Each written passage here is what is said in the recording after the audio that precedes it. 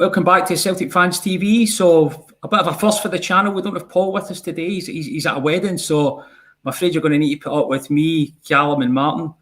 Celtic 0, Preston North End 1 post-match analysis. Leave your comments in the chat live box as usual. We'll go to you first, Callum.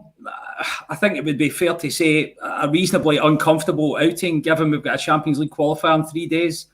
What did you make of it all? Aye. It's probably gave me more concerns than answers that I was looking for. I kind of knew that it shows that the squad is at bare minimum and that we are dying. People are on their feet and we need bodies in. I mean, you talk about getting quality over quantity, but right now we need quantity. We just need to fill positions. I don't want to sound too down about it, but the 2,000 that were very lucky to get into the stadium, I think they might have thought that they weren't that lucky, to be fair. They might have wanted to actually sit in a beer garden and just drink a beer in the nice weather because they didn't get treated to anything special. It's worrying. I'm not going to sit here and paint it as something else. It's worrying right now where we are. It's not the manager's fault. It's simply down to the board for the amount of time that they've took getting players across the line.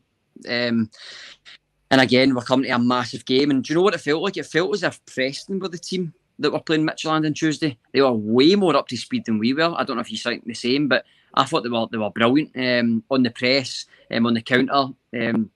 For only their second game, and their season doesn't start till 3 weeks' time, where ours is right round the corner. If alarm bells aren't ringing in people's heads, then I don't know what more you need to watch before it goes, because it's quite concerning for me.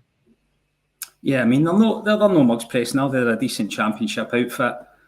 But yeah, to be torn over at home like that against them this close to that's such a crucial game for us is something uncomfortable. And I mean, it could have been a worse start if it wasn't for Barkas. I guess one positive that came out of it was Barkas seems to be making a positive contribution, which he's not done to date. But he was pretty wide open in terms of his defence. Martin, what did you make of that?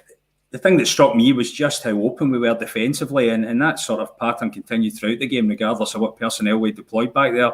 What did you make of it from a defensive point of view? I think the defence is our biggest worry just now. There's no real strength in that defence at all, whether you look at the left back, the right back, or the centre. And the guys that have come in and not been at the club last year haven't really strengthened so far, or certainly we've not seen evidence of that.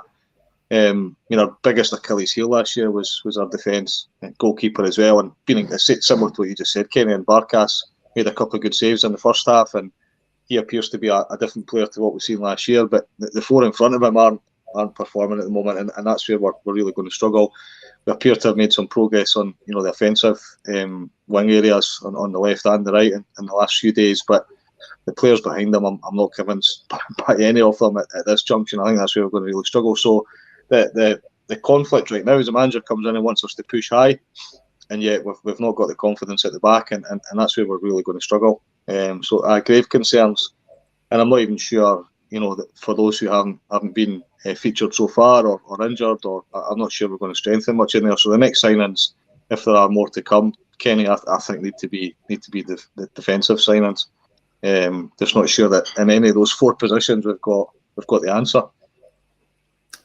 Yeah, I mean, to look at that starting four in any other season, you're talking about that being a youth team or a reserve team. So to think that they're going to start a Champions League side is pretty alarming for us. I don't know. Bitton looks like he might be injured. There's nowhere else really to play, unless we do some last minute recruitment, which would seem unlikely. I mean, moving on from sort of the defensive, the things did settle down after the first sort of 20 minutes. If we try and look at some more positives, I guess Turnbull and McGregor seemed to take control of the centre of the park. Wide left is a big problem for us. Mikey Johnson was never really a solution, and now he's injured. Young Montgomery, I thought, came in, did okay. What did you think, Callum? Young Montgomery's now had 3-4 first-team appearances. Is that someone you think we should be putting a bit more responsibility on? How do you see his contribution? I don't know. Was it Chris Sutton that said Montgomery had quite a good first half? Was that right on his commentary? Is that who said that? Quite graceful of him, yeah. I didn't really get where he was coming from. I thought he struggled at times. He's not the biggest of physiques. So, I mean, as you're saying, Preston are very solid front to back. They're a very well drilled team. He never really get much down that side. As you said, the last time we had someone that was solid on that side was Scott Sinclair. Ironically, he's playing for Preston today, who could probably still be in our team. Let's be honest, we all had our ups and our downs about him, but he would be starting on Tuesday if he was at Celtic right now. There's no two ways about it. So the fact that we're so weak in that position, I mean, at one point I think we had the boy Helgi on, ball and goalie, Greg Taylor, Montgomery. You've got 4 people, and then even Callum McGregor was coming over to that side a lot as well, feeding the ball into Greg Taylor on the wing. But as you said, Kenny, Turnbull, I thought he was really good. If there was a shining light, it was David Turnbull. He can always take the ball in tight spaces no matter what, and he's very, very calm, composed, finds a pass, gets the ball going forward. So that's the shining light that we do have, is that David Turnbull looks like he's right up for it. But the big question is, it's going to be on Tuesday, is the squad up for it, and are more players up for it? Rumours about Carol Starfelt being pretty much nearly done over the line. I would imagine he'd go straight into the team on Tuesday. The age of 26, experience, played in the Russian league.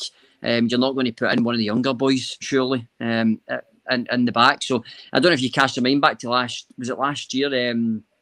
Was it 2 seasons ago that we had Christopher Julian brought in just before the game against, was it Cluj, under Lennon the first time, and ball and goalie, and they two never even started. I don't know if you remember that. They two never got into the team, and we obviously played, and we get beat 4-3 at home off Cluj, and we get knocked out of the Champions League. So it just shows you, is Ange now going to do the same mistake? Will he bring in Starfelt but not play him because he'll just be in? But then he's a big signing. He's going to cost, I think he's costing upwards of £4-5 million. So for me, he's got to go straight into that team. So Tuesday's massive, and we're not even in August, and Tuesday is massive for our season going forward. Yeah, I mean, I don't know what the quarantine rules are. It's a minefield whether if we signed that Swedish centre-back, he would even be able to play. But yeah, for me, he goes straight in just because there's nothing else there. I mean, I think when we had Cluj, there was at least a sort of decision to make, albeit it was a wrong decision. I don't think there is a decision to make here in this case. And we're wide open in that left-hand side, aren't we? I mean, I think by default, it's almost going to have to be Montgomery, and we're just so over-reliant on the likes of Turnbull and McGregor at this point. But getting into the second half, a raft of changes. I mean, the match is almost impossible to keep up with personnel when it's rolling subs that way. 63 minutes, the only goal of the game, a penalty to McGuigan taken down. Bain comes out, bit of a collision. Martin, what did you think? Only goal of the game, biggest moment of the game. Did you think that was a penalty? I thought it was a soft penalty, but I can understand why it was given. But I didn't think there was much in it. I do think Preston were the better team over the 90 minutes. So, for them to have beaten us 1-0, I think you could argue that, if they'd won 2-0, possibly even 3-0, you couldn't have argued too much. Although the number of chances per team were very, very similar. We had a couple in the first half. I think Montgomery was involved in one of them. I didn't think Montgomery was brilliant, but he did hit the byline a couple of times. But penalty, yeah, you could have seen it given and equally seen it not given. Kenny, not much in it at all. But we certainly didn't deserve to get anything out of the game. What makes me feel a little bit better sitting here tonight, reflecting on today, reflecting on the other friendlies, is the new manager's come in. He's just giving everybody a chance. He's having a look at all the players. I think his dilemma today was, do you put your strongest players out and risk injury? We've seen a couple of players injured during the week, and does he have strength and depth that would allow another couple of injuries? He doesn't. So if I was a manager today, he almost would have been tempted to say, I'm not going to play any of the guys that I need on Tuesday. I'm going to play a complete reserve team. And he's not quite done that, because undoubtedly some of the players who started will start on Tuesday, but he's certainly not played his strongest team either. So that's the only comfort I can take from the overall performance today was, he's not in a position where he can play his first 11 for the last couple of games and get them up to speed and get a bit of continuity. He needs to protect some of those players because of the desperate position he finds himself in. Yeah, I mean, it was a balance, isn't it? Because we can't just protect our own best players right up to the point of the Michelin game and then just throw them all in. He's got to get them some game time, but it's so precarious for us. Those injuries that we picked up during the week are going to hurt us. I mean, we've not got any wingers left. Sorrow is missing. I mean, it's a lot of responsibility to throw in young Shaw, isn't it? Get into that central midfield role during the week. I don't know if Sorrow's going to be back. So not only do we have a threadbare squad, we've got a threadbare squad that's now pretty injury ravaged. So everything's going against Postecoglou. I personally just hope that if we do get a bad result in this opening round, that the fans don't lose patience with him, because I don't believe at this point that some responsibility should be sort of aligned with him. But difficult really to analyse anything further in the remaining 20 minutes of the game. We did have some decent opportunities. Actually, Henderson nearly scored in the last minute. Murray should have probably scored with a header, but it was all a bit stale. Abada came on, our first look at our new £3.5 million Israeli signing. What do you think, Callum? Hard to take a sort of concrete judgment on him, but when we're desperate to see new faces, did he sort of give you a refreshing look? Do you know what? He goes forward. He takes players on. That's the little snippet that we've seen of him. Is that, and Chris Sutton covered it as well in commentary. He said that he likes that. He's getting at defenders. He gets to the byline. He'll cut a ball back, and he actually cut a really good ball across, but nobody had went in for it. And you're saying also we had a couple of chances. Edward had a great chance, and I don't know why he's not stuck his head on the end of that cross. I don't know who it is that gives him the cross, but I don't know why he's just not stuck. Gamble, he's never really done that in his Celtic career, Edward, has he? He's never really he's always somebody that will come for the ball. He'll never just stay on the last defender on the shoulder and just dive and head it. He's not got that in his game, but I thought we had a couple of little chances, but Abada, he was. I thought he was quite good for what he came on. His first game in a new country, like he's had like 1 day to train with the team, so you could see that he was obviously off. I think Rogic tried to pass him the ball and it had kind of went out for a throw in, but that'll come. It's just time, and that's what's more frustrating is that this team, and you're saying, is if we get a bad result on Tuesday, try and not go against the manager. It's not his fault, and we'll all be frustrated and gutted and angry. But it's not his fault. He's not had enough time. He's not got his players in time. Everything's went against him. So it really is the spinning of dice on Tuesday. It's such a big game, because if we get knocked out, I think that's no European football at all. If we get through this tie, then it's guaranteed Europa League at minimum. So this game's massive, and not just for Celtic as a team, but for the board, it's massive for the money coming into the club. So, Tuesday's huge. But from what I've seen from Abada, it was positive. He got at the bye. The question I've got, Kenny, is Forrest going to be back? And if so, is he going to get in? I mean, how fit is he? Where is Ncham?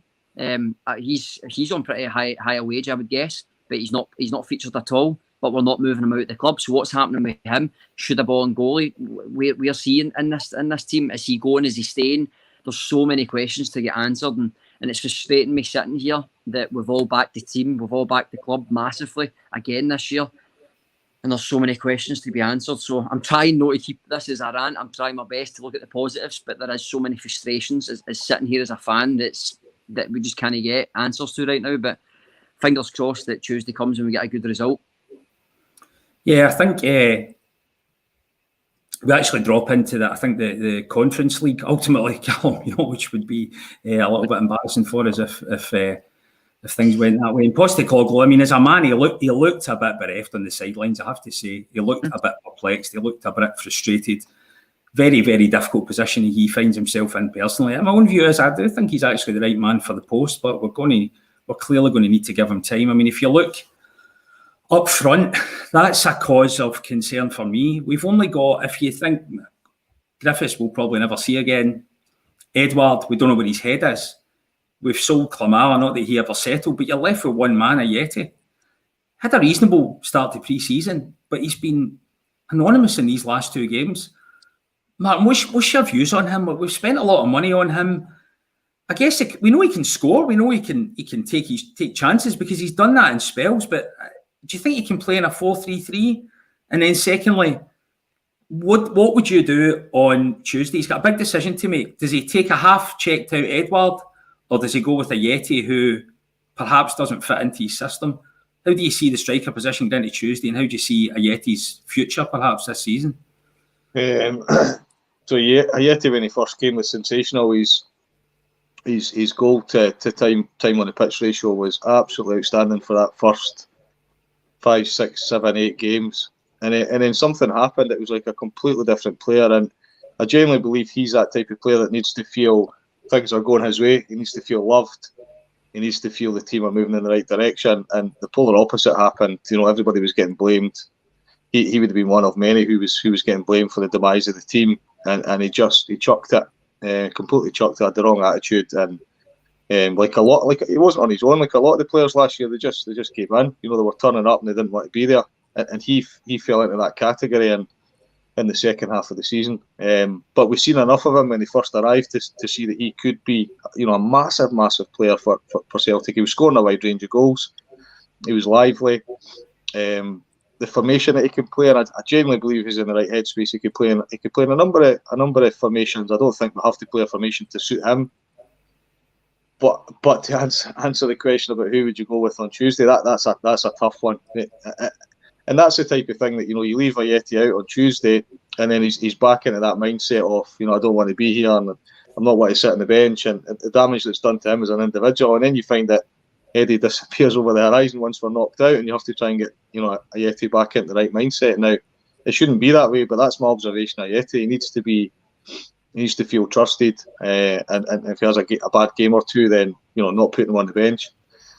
But we can't bow down to players like that. But in an ideal world, you would find a way of playing both those players, but I don't see that happening. I see him probably. The signs suggest so far that he's going to go with Ajeti as opposed to Edward, which tells us that Edward's almost definitely away. And I think he will go with Ajeti. I think he's one of the players who's consistently played and hasn't necessarily played brilliant in every single game, but it does all come back to, it's hard to be brilliant every single game if you've not got the personnel round about you. You know, we've talked today about there not really being any superstars in that team and struggling at the back, so your midfield then find that they're covering for the guys at the back, and then you've got this guy up front saying, what about me, don't forget about me, I'm here to score goals.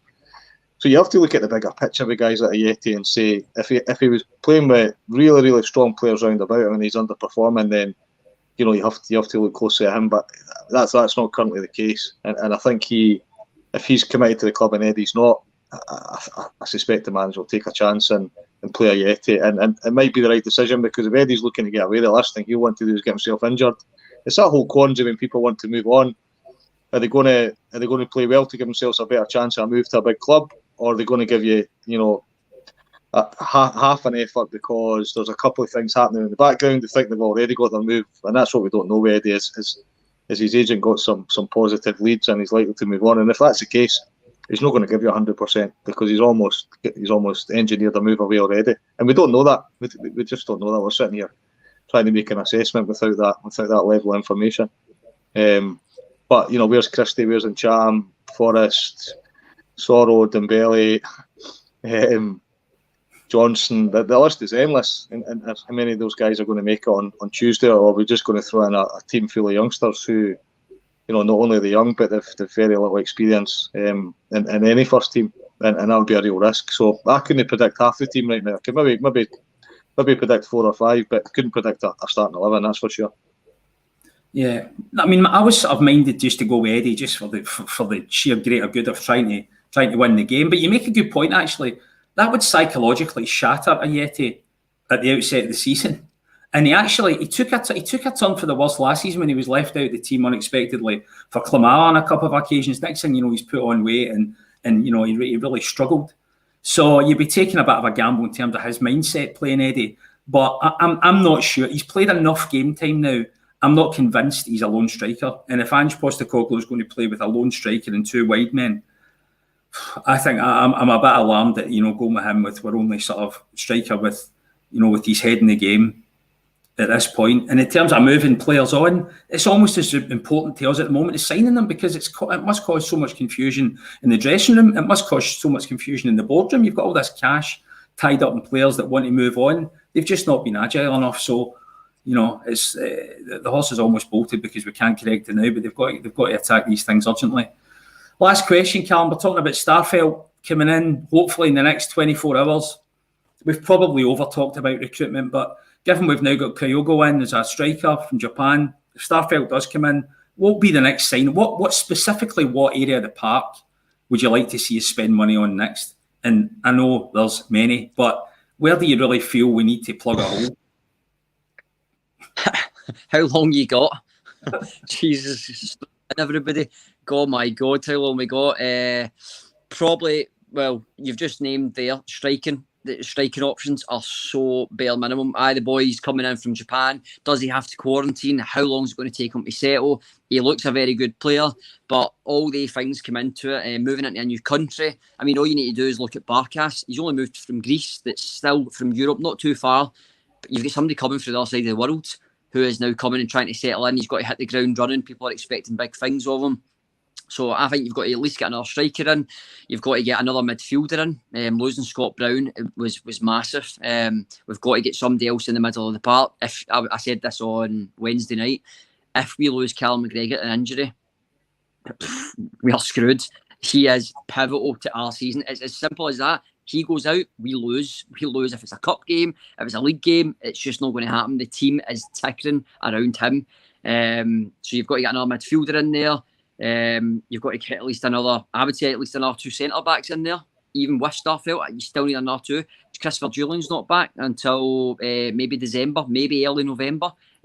So I mean that's half your season, and it's a really important part of the season because you need to do well for that part to then treat yourself at the end of the part to get to all the finals and semi-finals, stuff like that. So at least another 2 centre-backs. I still think we need a goalie. I didn't understand switching goalies at half-time. That just tells me that he doesn't have a clue who he's going with yet. He's having a see. And he kind of went a little bit mental at Bain when Bain actually kicked the ball. I think he gave it to, it might have been, I don't know who it was at the time, but he passed the ball and it was terrible and it went right to a Preston boy. And he just went absolute mental at Bain. And I thought, you're only getting picked for Tuesday. It's Barkas then. So I think he's confused on who he's going with. So, to your question, the answer is we need about 10 players, Kenny. I'm not joking. We need about 10 players and we need them in every position. And I'm laughing because if I don't laugh, I'm going to cry. It's that bad.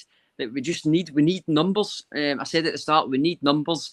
And we've got to get a very fine balance between too many youth and we need experience. We've brought on a lot of players that we've brought in so far are quite young. They're all in their 20s. I think we need to start going up of the age category, maybe in the late 27, 28-year-olds. We need to get a couple of them in because we definitely have lost a bit of experience. So yeah, we need a right good couple in, Kenny. That's the best that I can give you.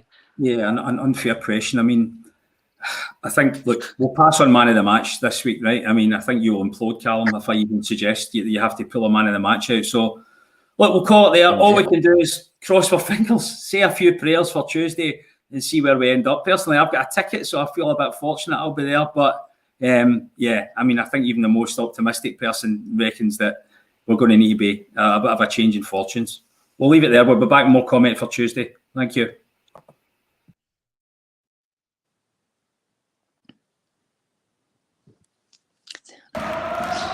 Look, Tuesday.